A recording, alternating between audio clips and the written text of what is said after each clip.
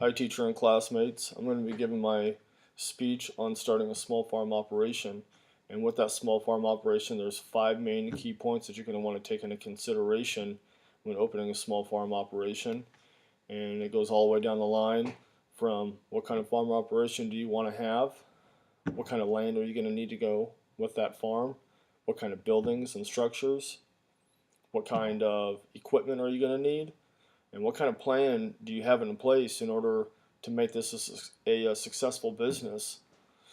So first things first, you need to figure out what type of farming it is that you want to get into. Are you wanting to get into agriculture, or are you trying to get into the livestock side of things? If you want to get into agriculture, then you need to make sure that you do your research on what all equipment you're going to need depending on what type of farming it is that you want to get into. Are you wanting to get into corn, soybean, cotton, hay, and depending on what it is that you want to get into determines the upfront costs and everything else associated with farming that you're going to need in order to be successful. The next thing you're going to want to look into is land. If you're going to sit here and once again get into, say, corn operation or cotton or soybean or hay, the majority of the time you're going to need hundreds of acres in order to produce enough crop and become successful and self-sustaining. If you get into livestock, depending on what kind of livestock you want to get into, whether it be poultry may not require a ton of land, but it's going to require a ton of buildings. And with those buildings comes a lot of cost, upfront cost. And if you want to get into, say, livestock, which is what I'm looking to get into, not only are you going to need to have land, but you're going to need to have the buildings to support those livestock and your equipment as well. So depending on what it is you want to get into, you're going to have to outweigh all the positives and negatives of each and determine what route would be best for you or what you enjoy the most. So the third thing you're going to want to pay attention for and really look into is what type of buildings you're going to want. Now I plan on getting into livestock, and I plan on being self-sustaining as far as creating all my own hay and producing all my own corn silage. Corn silage is a specific corn designed mainly for cattle and livestock in general, and you grow it just like a standard sweet corn that we would go pick up from the store. The only difference is once that corn is completely developed, you go out there with a specific grinder that's attached to your tractor and you grind it into chunks, and it's very healthy and nutritional for your cattle and your livestock, whatever it may be that you have that you're trying to take care of, and it's something they can live off of year round until you plant your next corn crop for the next season.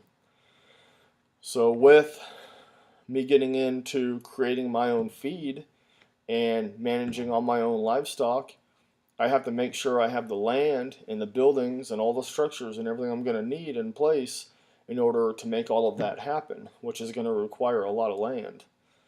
So it's definitely something you really have to take into consideration and really plan out and make sure you execute properly. Another big thing you're going to want to look into is equipment. What kind of equipment are you going to need? I'm going to need equipment for hay operation, for corn operation, as well as just maintaining cattle. And with cattle, you think, well, what kind of equipment are you really going to need to take care of cattle? Well, you're going to need a tractor because they are going to go to the bathroom all the time, and you're going to have a ton of manure cleanup, and they do produce a ton of manure very, very quick. And so when they do that, you're going to need a way to dispose of it or get rid of it or make use of it. And so one of the best ways to do it is to have a skid steer, a way to get into your barns where you keep your animals at night, and scrape it all out in the open. Then you're going to want to have a bigger tractor to pick all that heavy manure up and put it into a manure spreader. A manure spreader is attached to a back of a tractor, and so what you do is you're going to obviously need to have multiple tractors, more than likely, one that's attached to the manure spreader and another one you can jump in to pick the manure up and dump it into the manure spreader.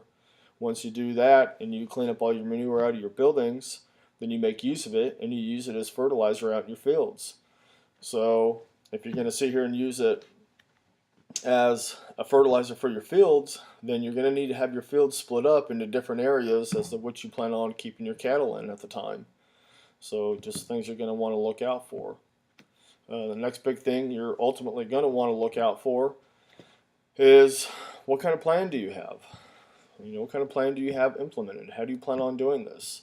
Obviously, if you're going to get into any type of farm operation, you're going to have some savings. And if not savings, you're going to need to have a job. And it's going to have to be something that you do part-time if you plan on just getting into this on your own. Now, unless you're a big-time farmer where you go to school and your daddy now owns a ranch that your grandpa once owned, and you're sitting here waiting to take the ranch over from your daddy, well, you're set up. You're going to have everything in place. And, well, congratulations. For the rest of us, it's not that easy. You're going to have to methodically think about what it is you need in place in order to be successful, and you need to have a really good plan. So in order to start out, you more than likely are going to want to have some savings as well as working a full-time job. This is going to have to be a second job you take on the side until you get it up and running enough to quit your first job and be self-sustaining with your farm. So these are all some of the main things you're going to want to take into consideration when it comes to small farm operation. And that's about it. I hope you guys enjoyed the speech, and I hope you all learned something. Take care.